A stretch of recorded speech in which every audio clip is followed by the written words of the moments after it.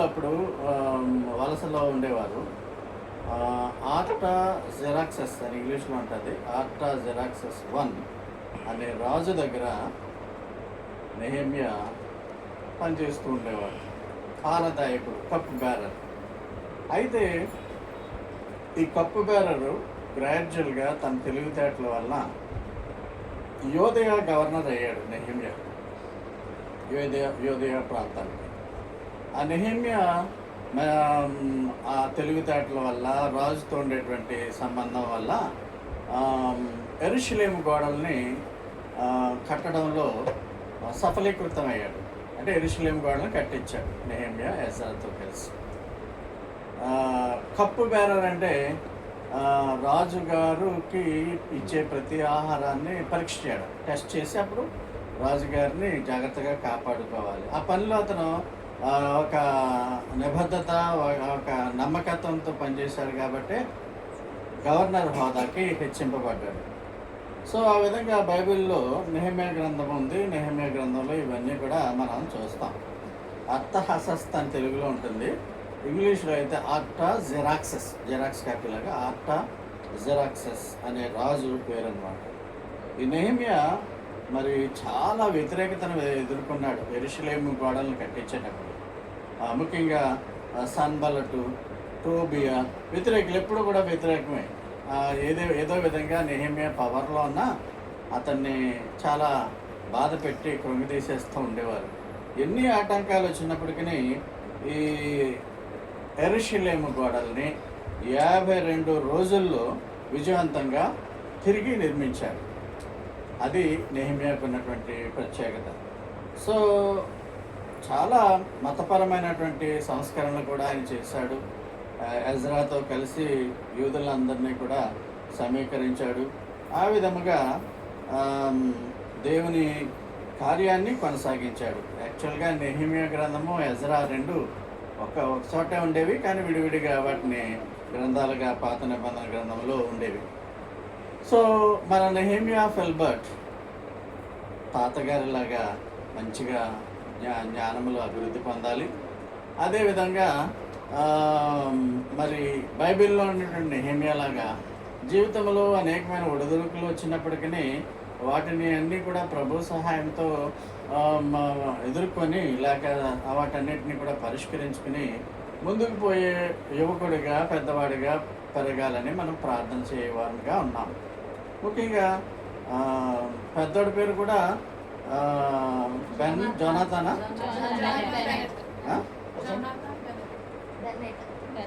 Bennett. Jonathan Bennett. ఈ Bennett Jonathan కూడా మంచి పేరే. ఏంటంటే జోనాథాన్ అంటే gift of God, gift of Yahweh. మా చెల్లెలు కొడుకు పేరు కూడా, అడ్వాడి గారి మనవడు బబిలీ కొడుకు పేరు కూడా జోనాథాన్. ఒక మంచి ప్రసంగం ఇచ్చాను జోనాథాన్ మీద, అప్లోడ్ కూడా చేశాను యూట్యూబ్లో. మరి పెద్దోడు కూడా is a very good child. చిన్నోడు కూడా ఎదుగుతున్నాడు. చిన్నప్పుడు కొంచెం వీక్గా, బలహీనుడిగా ఉండేవాడు. ఎన్నో ఆటంకాలు వచ్చాయి, ఎన్నో అనారోగ్యాలు వచ్చాయి. దేవుడు అప్పటి నుంచి కూడా వీరిని తప్పించి ఒక మంచి సంతోషకరమైనటువంటి అవకాశాన్ని వారికి ఇచ్చాడు. పిల్లల్ని హస్బెండ్ వైఫ్ పెంచడం, వీరూరు కూడా దైవభక్తిలో పెరగడం. ఒకసారి అని మాకు కొన్ని వీడియోలు పెడతా ఉంటుంది, క్యాపిటల్స్ ఆఫ్ వేరియస్ కంట్రీస్, రాజధానులు చక్కగా చెప్తూ ఉంటారు. అలాగే బైబిల్ పాత నిబంధన గ్రంథంలో ఉన్నటువంటి పుస్తకాలు, కొత్త నిబంధనలో ఉన్న పుస్తకాలు చిన్నప్పటి నుంచి కూడా తల్లి నేర్పించడం అనేది ఎలా జరిగిందంటే, నిఖిత సరైన దైవభక్తి కలిగినటువంటి ప్రేమ్ కుమార్ జమీమా కుటుంబంలోంచి వచ్చింది అమ్మాయి. కాబట్టి ఆటోమేటిక్గా తల్లిదండ్రుల వారసత్వము, ఆ యొక్క ప్రభునందు నమ్మకం అనేది ఆ బిడ్డకు వచ్చింది. అది తర్వాత వాళ్ళకి ట్రాన్స్ఫర్ అవుతుంది.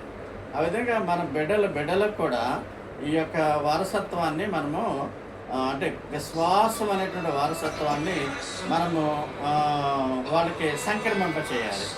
అది అందువల్లనే మనము భక్తిగా, మనము విశ్వాసంతో ఉంటే ఆటోమేటిక్గా పిల్లలు మనం చూసి నేర్చుకుంటారు. కొన్నిసార్లు నేర్చుకోకపోవచ్చును, ఏదైనప్పటికీ పిల్లల కొరకు ప్రార్థించే తల్లులు ఉండడం అనేది మనకు చాలా సంతోషదాయకం. ముఖ్యంగా మనము చూస్తున్నట్లయితే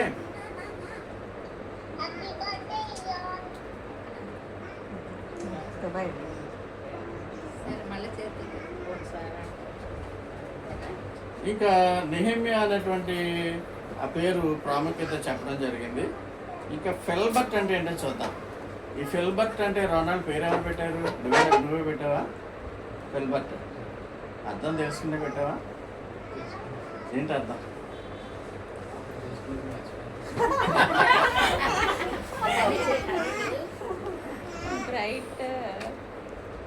ప్రకాశవంతమైన అని అర్థం, అంతే, దట్స్ ఆల్. సో ఇది ఒక జర్మన్ వర్డ్ అనమాట. ఫిల్బర్ట్ అనేది ఒక జర్మన్ వర్డ్. దానికి అర్థము వెరీ బ్రైట్నెస్. యాక్చువల్గా ఇది బిబిలికల్ నేమ్ కాదు, జర్మన్ వర్డ్, ఆయనకి నచ్చింది పెట్టుకున్నాడు, పర్వాలేదు. కానీ ఇది కొంతమంది యూరోప్లో ఎక్కువ పెట్టుకుంటూ ఉంటారు.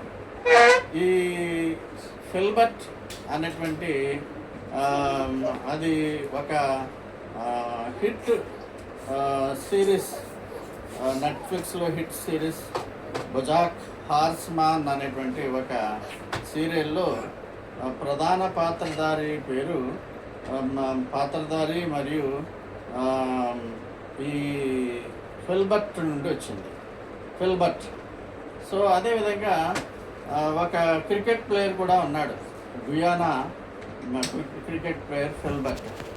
అలాగే హిస్టారికల్గా చెప్పుకోవాలంటే ఫిలిప్ రెబెల్లీ ఫిల్బర్ట్ అనేవాడు ఒక ఫ్రెంచ్ కోర్టు నిపుణుడు అనమాట. అంటే కోర్టు ఒక ఆస్థాన వేణుగాన విద్వాంసుడు అంట, ఫిలిప్ రెబెల్లీ ఫిల్బర్ట్. సో కొంతమంది పేర్లు పెట్టుకుంటూ ఉంటారు. సో ఏదేమైనప్పటికీ ఇందులో నాకు మీరు నచ్చిన పాయింట్ ఏంటంటే ప్రకాశవంతమైన వెరీ బ్రైట్ లైఫ్ పెట్టుకుంటారు.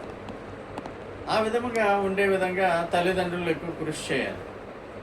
మేము అలాగే మీటింగ్లు ఏదైనా పెట్టి చూసేసుకుని వెళ్ళిపోతూ ఉంటాం. కానీ బట్ తల్లిదండ్రులుగా మీరు మీ బాధ్యతలను ఇప్పటివరకు నెరవేరుస్తున్నారని నేను భావిస్తున్నాను.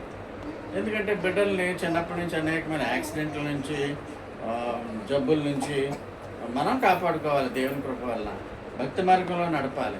అందువలన బిడ్డలకు ప్రకాశవంతమైనటువంటి జీవితాన్ని ఇవ్వాలంటే తల్లిదండ్రులే దానికి బాధ్యులు.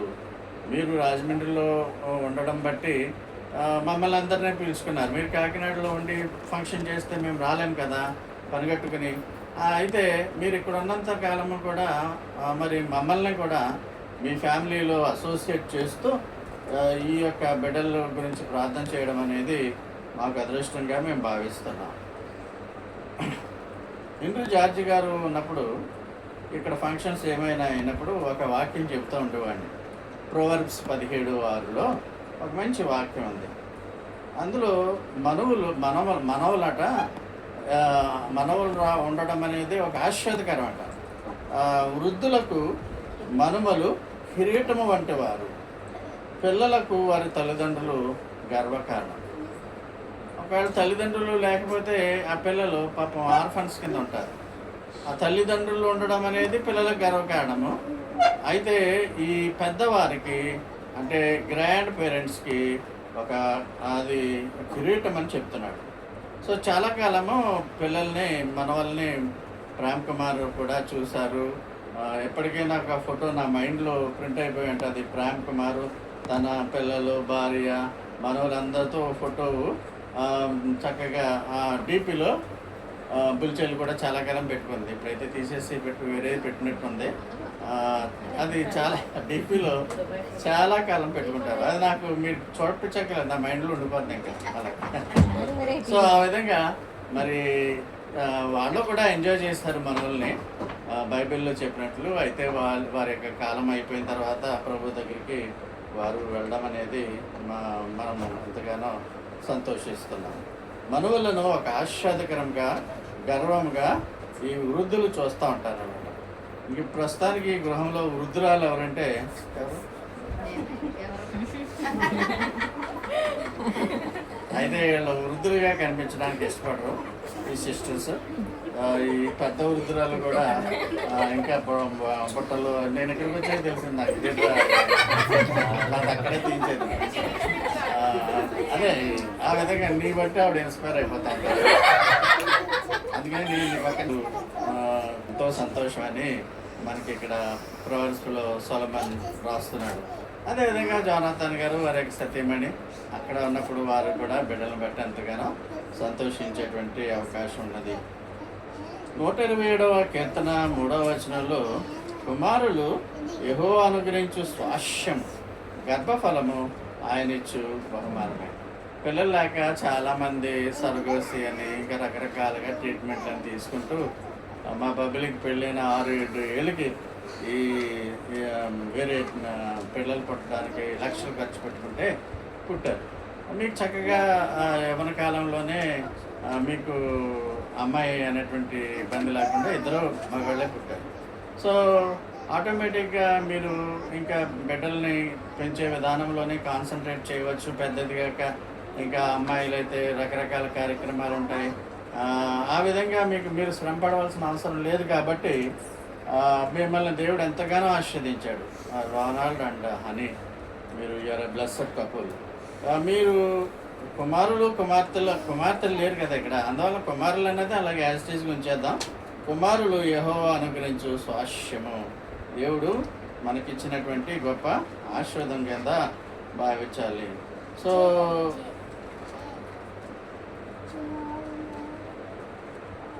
నీ పిల్లలను నువ్వు చూచేదవని ఇంకొక వాగ్దానము 128:6 ఉంది. కీర్తనలో 128:6 పిల్లల్ని చూడడం అంటే ఇట్స్ ఏ వండర్ఫుల్ బ్లెస్సింగ్. మనకు పుట్టినటువంటి పిల్లలను చూడడం అది మా గ్రాండ్ పేరెంట్స్కి వస్తుంది. ఆ విధంగా Prem Kumar blessed and George గారు బ్లెస్సెడ్. పిల్లలు పుట్టడము యెహోవా ఇచ్చిన ఆశీర్వాదం అని ఈ రోనాల్డ్ అండ్ అని ఇద్దరు కూడా బ్లెస్సెడ్ అని ఈ సమయంలో మీకు మనవి చేస్తున్నాను.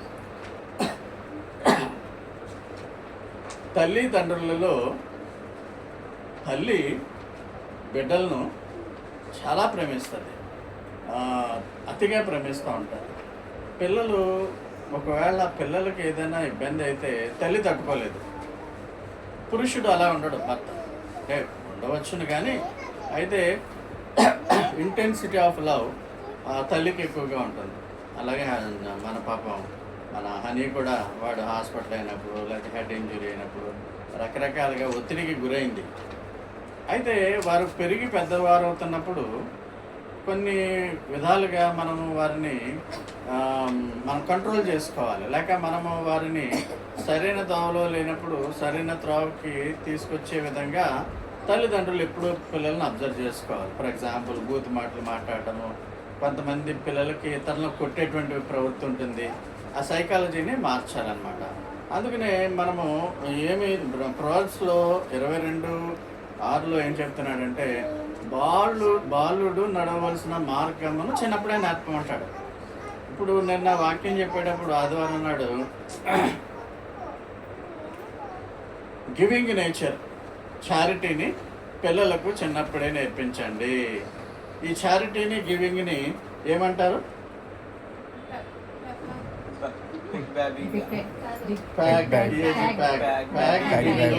ఫిలిపినో భాష ఫేమస్, దాని మీద చాలా ప్రసంగాలు ఉన్నాయి. ప్యాక్ బిబిగో అంటారు. అంటే గివింగ్ నేచర్. సాధారణంగా పిల్లలు వాళ్ళ దగ్గర ఏదైనా వస్తుంది అనుకోండి, ఇది నాకు ఇస్తావంటే నేను ఇవ్వను, నాది. అలాగే మన దగ్గర ఏదైనా వస్తున్నా అది నాదే అంటారు వాళ్ళు. అంటే స్వార్థపరులని కాదు కానీ వాళ్ళ నేచర్ ఆ విధంగా ఉంటుంది.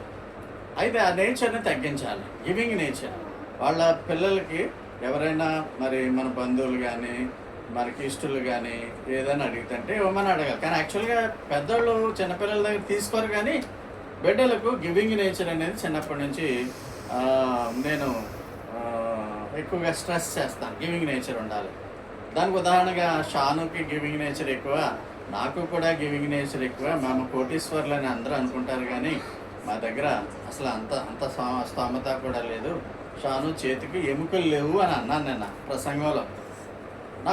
నాకు కొద్దిగా ఏమైనా ఎముక ఉందేమో కానీ ఆవిడకి ఎముక లేదంటే, నిజంగా ఎముకలు బోన్లెస్ చికెన్స్ కాదు మేమేమని. ఈ బోన్ లేదంటే అర్థం ఏంటంటే గివింగ్ నేచర్. తన వారిని కాపాడుకుని ఎస్తేరులాగా ఉంటుందని కూడా చెప్పాను. సో ఆ విధంగా మరి పిల్లలకి మనము ఆ గివింగ్ నేచర్ని బిబిగో అనే దాన్ని అలవాటు చేయాలి. మంచి దేవుని బిడ్డలో అలాగా ఇచ్చే నేచర్ని, కానుకలు కూడా ఇవ్వాలి. నేను సంజయ్ కూడా మంచి పాట, నీ ధనము నీ ఘనము ప్రభు యేసుదే అని ఓ పాట చక్కగా యాప్ట్గా పాడింది ఆ ప్రసంగానికి యాప్ట్గా. సో పిల్లలకి వాక్యాలు చెప్పించండి, బైబిల్లో ఆ వాక్యాలు నేర్పించండి, చర్చ్కి తీసుకెళ్ళండి, సండే స్కూల్ తీసుకెళ్ళండి. అయితే వాళ్ళ సైకలాజికల్గా ఈ గివింగ్ నేచర్ అనేది కూడా నేర్పించాలి. స్వార్థపరత్వం ఉండకూడదు. చూడండి, కొంతమంది పిసినారులు అయిపోతారు పెద్దదిగాక. వాళ్ళకి అర్థం ఏంటి, వాళ్ళ అమ్మ నాన్న చెప్పలేదన్నమాట. ఇతరులకు ఇచ్చుట్లో ఆనందం ఉంది, పుచ్చుకొనటి కంటే ఇచ్చుడు ధన్యత అని చెప్పలేదు. ఆ క్రైస్తవుల బిడ్డలు కూడా చెప్పరు. అలాగే మనము కొంత పిల్లల్ని మానసిక అండ్ సైకలాజికల్గా కొన్ని మంచి విషయాలు వాళ్ళకి వచ్చే విధంగా మనం ప్రయత్నం చేస్తూ ఉండాలి. వాక్యము, ప్రార్థనలు ఇవన్నీ మామూలుగా క్రైస్తవులంతా నేర్పిస్తూ ఉంటారు. అయితే ఈ గివింగ్ నేచరు, అలాగే చెడ్డ మాటలు పలకకుండా ఉండడము, తల్లిదండ్రులను గౌరవించాలి, పెద్దలను గౌరవించాలి. కొంతమంది చూడండి, పెద్దోళ్ళు ఇంటికి వచ్చినా పెద్దోళ్ళని కొట్టేస్తూ ఉంటారు. అందులో చిన్నపిల్లలు వాళ్ళ ఇంటికి వెళ్తామో భయం వేసి వస్తుంది.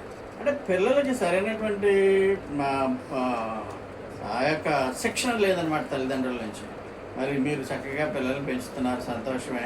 మీ పిల్లలు పెద్దవాళ్ళని కొట్టడం కాదు కానీ పాపం వాళ్ళు తల్లిచాటు బిడ్డలాగా ఎప్పుడు అలా కూడా ఉంటారు. తర్వాత రోనాళ్ళు హ్యాండ్ ఓవర్ చేసుకుంటాడు బ్యాంక్ నుంచి వచ్చి ఏదైనా ఫంక్షన్కి వచ్చినప్పుడు. పిల్లల్ని చాలా క్రమశిక్షణలో ప్రొటెక్షన్గా పెంచుతున్నందుకు మీ ఇద్దరికి కూడా నేను గాడ్స్ బ్లెస్సింగ్స్ అందజేస్తున్నాను. అందువల్ల బాలురు నడవలసిన మార్గంను మీరు చిన్నప్పుడే నేర్పించాలి. ప్రార్థనలు ఎట్లా నేను నేర్పిస్తారు, కొంత మేనర్స్, మాకు విధంగా చక్కటి విధానంలో వారు పెరిగే విధంగా నోటి మాటలు, మా పెద్దలను గౌరవించడం, ఇంట్లో వాళ్ళని గౌరవించడాన్ని నేర్పాలి. పిల్లలు సరిగ్గా తల్లిదండ్రులు మాట విన్న వాళ్ళు కూడా ఉంటారు. వాళ్ళు నేను ఇంతేనే టైప్లో కూడా పెరుగుతూ ఉంటారు. డ్రగ్ ఎడిక్ట్స్ అయిపోతూ ఉంటారు. పెద్దదిగాక వాళ్ళు సమాజానికి ద్రోహులుగా కూడా మారిపోతూ ఉంటారు. కానీ తల్లి ప్రేమ వారి మీద కూడా ఉంటుంది, అలాంటి పిల్లల మీద కూడా ఉంటుంది. అందుకనే తల్లి అనేది కొన్ని మతాల వారు దైవానికి ప్రతినిధి ఇంట్లో అంటారు. తండ్రిని అంటారు మళ్ళీ. అలాగే దైవానికి ప్రతినిధి తల్లి. అలాగే బిడ్డలను కనిపెట్టుకుని, భర్తను కనిపెట్టుకుని కుటుంబాన్ని ముందుకు తీసుకెళ్ళిపోయే స్త్రీ ధన్యురాలు అవుతుంది. మన నిఖిత అటువంటిదే. మరి షాను బర్త్డేకి షానుని మరి ఇలాగా వర్చుయస్ ఉమెన్ అన్నాను, అని కూడా వర్చుయస్ ఉమెన్ అనే అత్తమామల జాతి వాళ్ళతో గొడవ పెట్టేసుకోవడము. మరి చాలా చోట్ల కంప్లైంట్స్ అన్నాను కానీ హనీ దగ్గర నుంచి ఆ కంప్లైంట్ లేదు. జానతాన్ గారు, వారి సత్యమణి అంతా కలిసిపోయి చక్కగా ఉంటారు. మిగతా వాళ్ళైతే ఆ కోఆపరేషను జమీమాకి లేదు, అదేవిధంగా కమలా గారికి కూడా లేదు. ఎందుకంటే మాట వినరు. ఎందుకంటారు, వాళ్ళకి వాళ్ళ ఇష్టం వచ్చినట్టు వాళ్ళు ఉండే లైఫ్ కోరుకుంటారు కొంతమంది. మరి పిల్లలు పెద్దవాళ్ళు అయిపోయినా వాళ్ళు పెద్ద స్థితిలో ఉన్న తల్లి ప్రేమను వారికి పొందడం వల్ల అలాగ అవుతారు. మాకు కూడా మా ఇంట్లో పెద్ద కొడుకు వచ్చి ఏ విధంగా మాకు ఇబ్బంది కలిగించేవాడో మీకు తెలుసు. అయినా షాన్ ఎప్పుడు కూడా బిడ్డను విన్నాళ్ళు నాకే చిరాకు వచ్చేస్తూ ఉంటుంది ఒక్కోసారి. ఆవిడ మాత్రం దీర్ఘశాంతం అలా ఉండే పెద్ద బిడ్డని. అప్పుడు నవ్ హీస్ ఓకే, తెల్లారగట్లే చర్చికి వెళ్తున్నారట, సంతోషం. ఏ చర్చ్ అయినా మరి దగ్గరలో ఏ చర్చ్ ఉంటే ఆ చర్చికి వెళ్తారు. చర్చ్ ఆఫ్ గాడ్ హైదరాబాద్లో ఉండాలంటే ఉండదు కదా. అంటే మంచి చర్చ్ చూసుకుని, ఫిలడెల్ఫియా సంఘం లాంటి దాన్ని చూసుకుని ఆత్మతోనూ సత్యంతోనూ ఆరాధించే సత్యానికి ఆ చర్చ్కి వెళ్ళమని మేము చెప్పాను అనమాట. ఆ విధంగా చిన్నబిడ్డ ఎలాగ తయారవుతున్నాడో ఆ చిన్నబిడ్డ అలా తయారవడానికి, గిఫ్ట్ తయారవడానికి షానే మెయిన్ కారణం. ఎందుకంటే ప్రోత్సహిస్తాను, నేను నిరుత్సాహపరుస్తూ ఉంటాను, తాను ప్రోత్సాహపడతాను. నీ ఇష్టం వచ్చినా నువ్వు చేసుకోబాబు అంటూ ఉంటాను. నాకు ప్రేమ ఉంటుంది, కానీ ఏంటంటే వినకపోతే నేను కొంచెం చిరాకు పడేటువంటి వ్యక్తిని. అది నా లోపం. మరి షాను మాత్రం ఎప్పుడు కంటిన్యూస్గా ఆ పిల్లల్ని ఇద్దరిని కూడా కనిపెట్టుకుని పెద్దోళ్ళు అయిపోయి మేము వృద్ధులైపోతున్నా పిల్లల కోసం ఆరాటపడేటువంటి షాను ఉండడం నా అదృష్టం. హనీ లాంటి ఓపిక కలిగినటువంటి భార్య దొరకడం రోనాల్డ్కి అదృష్టం. ఆ రీతిగా మరి మీ కుటుంబం ఇంకా ముందుకు భక్తిలోనూ దేవుని యొక్క దీవెనలోనూ ముందుకు వెళ్ళాలని. మరి ఆడికి ఏం చెప్పినా మనం అర్థం కాదు, ఆడు ఏదో ఏబిసిడీలు నేర్చుకుంటున్నాడు.